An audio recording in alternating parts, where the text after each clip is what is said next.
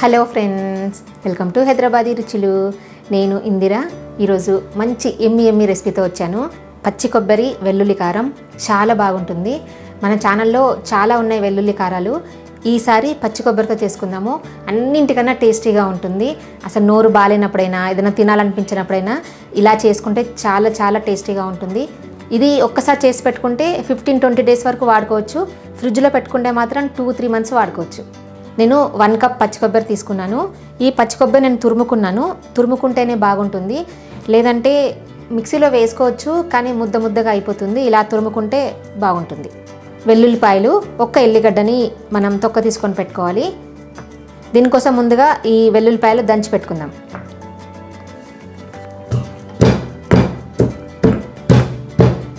ఇప్పుడు ప్యాన్ వేడి చేసుకుందాము.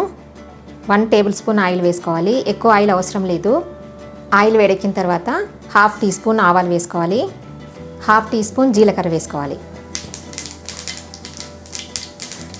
ఆవాలు జీలకర్ర వేగిన తర్వాత 2-3 ఎండుమిర్చి వేయించుకోవాలి. కొంచెం కరివేపాకు వేసుకుందాం.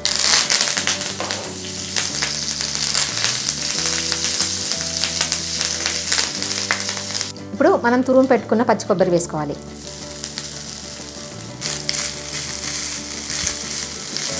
బాగా కలుపుకోవాలి. ఇందులో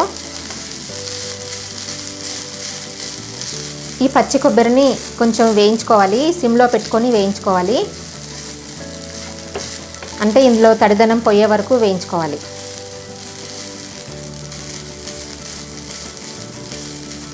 ఇలా చేసి పెట్టుకుంటే మనం 15 డేస్ వరకు వాడుకోవచ్చు. ఫ్రిడ్జ్లో పెట్టాల్సిన అవసరం లేకుండా. ఈ పచ్చి కొబ్బరి వెల్లుల్లి కారం చపాతీల్లోకి బాగుంటుంది. వేడివేడి అన్నంలోకి బాగుంటుంది. సిమ్లో పెట్టుకొని కొంచెం సేపు వేయించుకోవాలి. ఒక 3-4 మినిట్స్ అయితే సరిపోతుంది. కొంచెం వేగింది కదా, ఇప్పుడు పసుపు వేసుకుందాము. 1/2 టీ స్పూన్ పసుపు. మొత్తం కలిసేలాగా బాగా కలుపుకోవాలి. మనం ఆల్రెడీ చికెన్ వెల్లుల్లి కారం, బెండకాయ వెల్లుల్లి కారం, కాకరకాయ వెల్లుల్లి కారం, చిక్కుడుకాయ వెల్లుల్లి కారం, దొండకాయ వెల్లుల్లి కారం ఇలా చాలా చేసుకున్నాము. కావాలంటే మన పేజ్లో చెక్ చేసుకోవచ్చు. బాగా కలిసిపోయిన తర్వాత ఇప్పుడు మనం దంచుకున్న వెల్లుల్లిపాయలు వేసుకోవాలి. ఇలా దంచి పెట్టుకొని వేసుకోవాలి.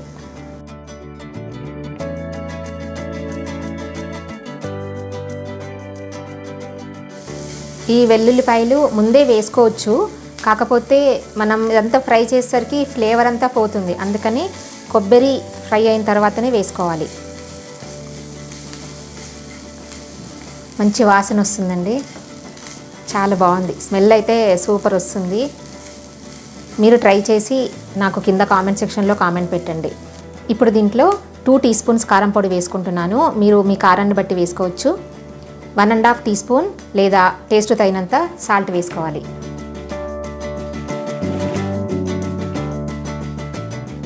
ఈ కారం 1 నిమిషం ఫ్రై అయ్యే వరకు కలుపుకోవాలి.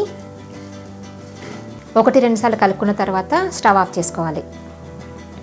అంటే యాక్చువల్గా ఇది 15 డేస్ ఇంకెక్కువే ఉంటుంది. కాకపోతే కొబ్బరి కదా, ఒకలాంటి స్మెల్ వస్తుంది అనమాట.